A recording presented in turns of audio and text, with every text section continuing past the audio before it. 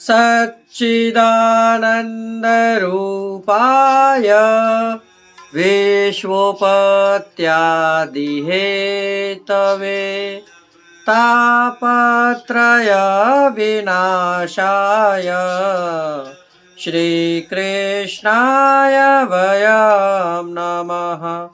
पुष्टिमार्गीय सर्वज्ञ करुणारसपूरित श्रेष्ठ फलप्रदाता च तस्मै श्री गुरुवे नमः।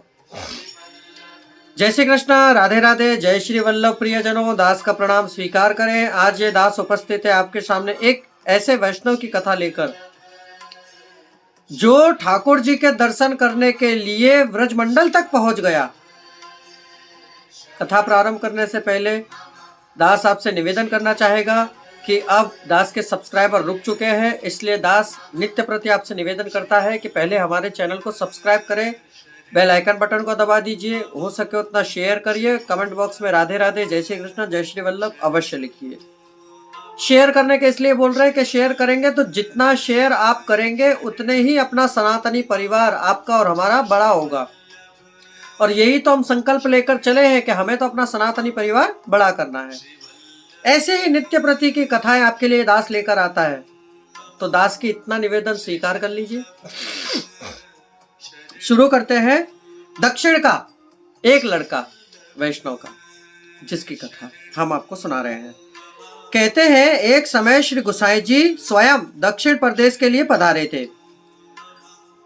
आप श्री रात्रि में भगवत वार्ता करते थे। भगवत वार्ता यानी भगवत कथा किया करते थे। आप श्री के श्री मुख से कथा सुनना इसको बड़ा पसंद था। ये वैष्णव का लड़का भी नित्य प्रति वहां आकर कथा सुनता। जब श्री गोसाई जी श्री ठाकुर जी की नित्य लीला की कथा करते, गौचारण लीला की कथा करते, नटवर वेश धारण करके ग्वालों के साथ जब प्रभु मुरली बजाते, और शाम के समय जब प्रभु गैयों को चराकर गायों को और अपने घर पधारते तो यशोदा माँ कैसे आरती करती, ऐसे प्रसंग को सुनकर यह वैष्णव का लड़का श्री गोसाई जी से विनती करी और पूछा कि हे प्रभु, हे महाराजा धीराज, आज भी क्या ये लीला प्रभु वहां करते हैं? श्री गोसाई जी ने आज्ञा करी कि हाँ, आज भी प्रभु ये लीला वहां करते हैं। अब तो इसके मन में ये लीला देखने को आतुरता व्याप्त हो गई। इसके मन में ये हुआ कि मैं जाना कब जाकर प्रभु के दर्शन कर लूं। एक दिन ये थोड़ी सी खर्ची लेकर और घर से निकला। घर में किसी से कुछ कहा नहीं और पूछा भी नहीं और निकल गया।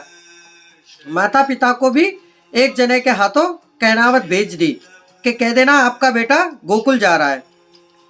ये गोकुल पहुंचा। वहां गोवर्धन आया।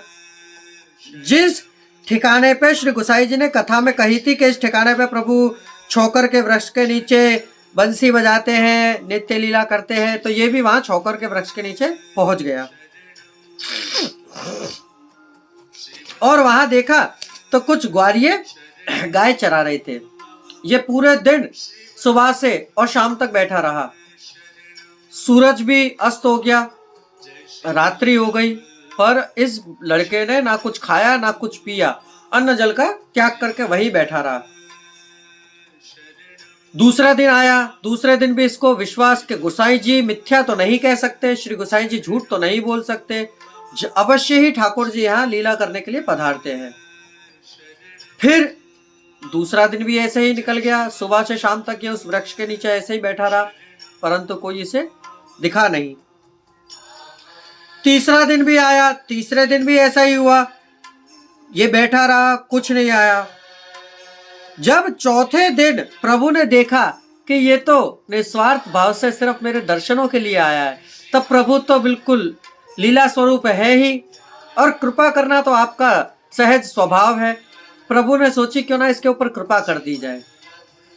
प्रभु ने जब सूर्यास्त हो गया था, पुनः सूर्य को बाहर निकाला और रात्रि के समय को दिन में परिवर्तित कर दिया। रात्रि का जो अंधकार था वह दिन के सूरज के जैसा प्रकाशमान हो गया।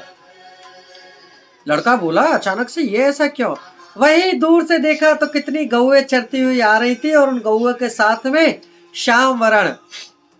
एक छोटा सा श्लोक। प्रपीडा नटरपु कर्णयो कर्णिकारवम् विभिद्रासं कनकपीशं वैजन्ती च माला रद्राणं वेणोदरसूया पूर्यन गोपम वृन्दये वृन्दारण स्वपदरमणं प्राविशत गत कीर्ति।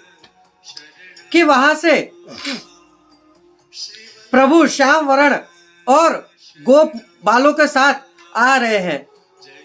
अब तो इसने देखा कि हाँ गुसाई जी सत्य कहते हैं, देखो ठाकुर जी आ रहे हैं।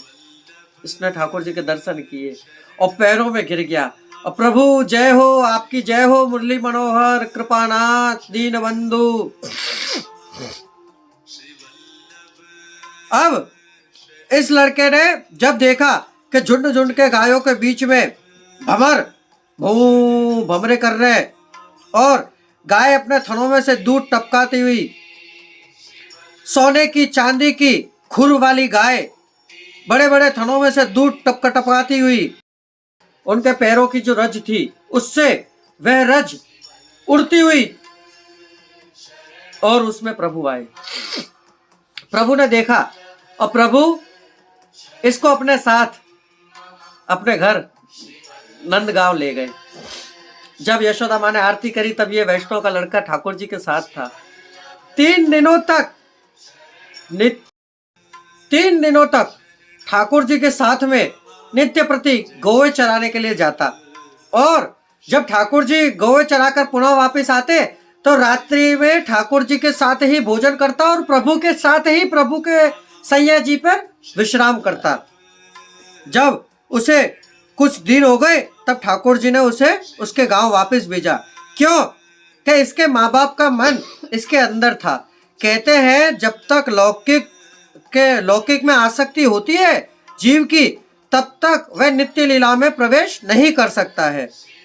इसलिए यह वहां से निकला और श्री गुसाई जी के पास पुनः वापिस आया।